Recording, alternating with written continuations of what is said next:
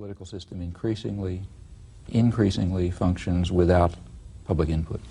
It means to an increasing extent not only do people not ratify decisions presented to them, but they don't even participate, they don't even take the trouble of ratifying them. They assume that the decisions are going on independently of what they may do in the polling booth. And they feel... Notice that even ratification of decisions made elsewhere is a very weak form of democracy. Ratification would be what? Well, ratification would mean a system in which there are two positions presented to me, the voter. I go into the polling booth and I push one or another button depending on which of those positions I want. That's a very limited form of democracy. A really meaningful democracy would mean that I play a role in forming those decisions, in creating those positions, that those positions reflect my active, creative participation at not just me, but of course everyone. That would be real democracy. That's not We're happening. very far from that. Yeah. In a capitalist democracy, you have the problem, and it is always perceived as a problem, that the general population has a method of participating in decision-making. They can participate in politics. The state is not capable of stopping them. You can't shut them up, you can't put them in jail, you can't keep them away from the polls, and so on. And it's striking that that has always been perceived as a problem to be overcome. It's what's called the crisis of democracy. Too many people organizing themselves to enter the public arena. That's a crisis. So therefore we have to have what Walter Lippmann, back in 1920 or so, called manufacture of consent. We have to ensure that actual decision-making, actual power is in the hands of what he called a specialized class, us smart guys, who are going to make the right decisions. And we've got to keep the general population marginalized because they're always going to make mistakes. Marginalizing meaning? Reduce them to apathy and obedience. Allow them to participate in the political system, but as consumers, not as true participants.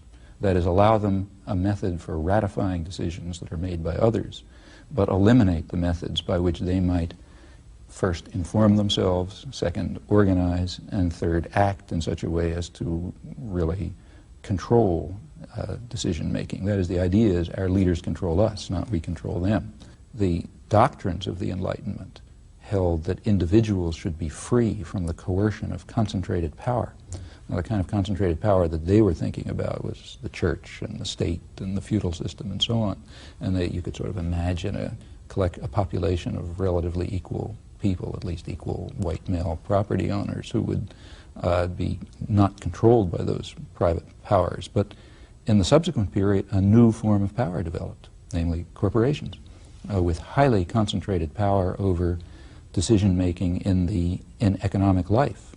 That is, they control over what's produced, what's distributed, what's invested, and so on and so forth, is very narrowly concentrated. So this is why the vice president of a large corporation would say the public mind is the chief thing. The public mind might have funny ideas about democracy, which say that we should not be forced simply to rent ourselves to the people who own the country, and own its institutions. Rather, we should play a role in determining what those institutions do. That's democracy. If we were to move towards democracy, and I think democracy even in the 18th century sense, we would say that there should be no maldistribution of power in determining what's produced, what's distributed, what's invested, and so on. Rather, that should be, that's a problem for the entire community. In fact, there are, in my own personal view, unless we move in that direction, human society probably isn't going to survive. Why? Well, we now face the most awesome problems of human history, problems such as the likelihood of nuclear conflict, either among the superpowers or through proliferation, the destruction of a fragile environment, which finally we're beginning to recognize that was obvious decades ago that we're heading for disaster. Other problems of this nature, they're of a level of seriousness that they never were in the past. But why do you think more participation by the public, more democracy is the answer? Because, well, more democracy is a value in itself. So quite apart from, because democracy is a value, it doesn't have to be defended any more than freedom has to be defended. It's just, it's an essential feature of human nature that people should be free, they should be able to participate, they should be uncoerced, and so on. These are values in themselves. Right. Why do you think, if we go that route, because I think that that's the only hope that I can see, that other values will come to the fore. I mean, if the society is based on control by private wealth, it will reflect the values that it in fact does reflect. The value that the highest, the only real human property is the desire is greed, and the desire to maximize personal gain at the expense of others. Now, any society, maybe a small society based on that principle is ugly, but it can survive. A global society based on that principle is headed for massive destruction, and that's what we are. We have to have a mode of social organization that reflects other values that I think are inherent in human nature that people recognize. And that would be, I want to see exactly what you mean. I mean, what are human beings? I mean, in your family, for example, it's not the case that in the family every person tries to maximize personal gain at the expense of others, or if they do, it's kind of pathological. It's not the case that if you and I are, say, walking down the street and we see a child eating a piece of candy and we see that nobody's around, and we happen to be hungry, we don't steal it. If we did that, we would be pathological. I mean, the idea of care for others and concern for other people's needs and concern for a fragile environment that must sustain future generations, all of these things are part of human nature. These are elements of human nature that are suppressed in a social and cultural system which is designed to maximize personal gain.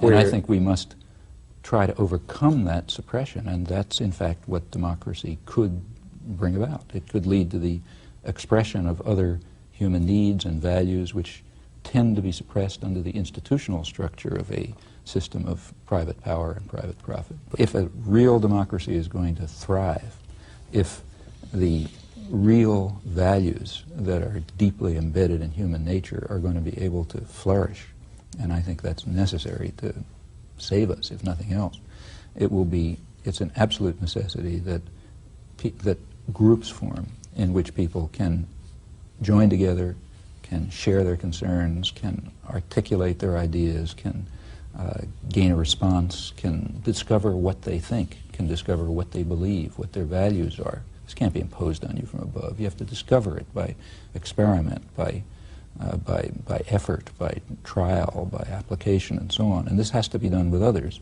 Furthermore, surely central to human nature is a need to be engaged with others in cooperative efforts of solidarity and concern. That can only happen, almost by definition, through group structures. And unless such political organization, political and others, civic organizations, all sorts, trade associations. Yeah, I mean, there are all kinds of ways in which people can associate with one another.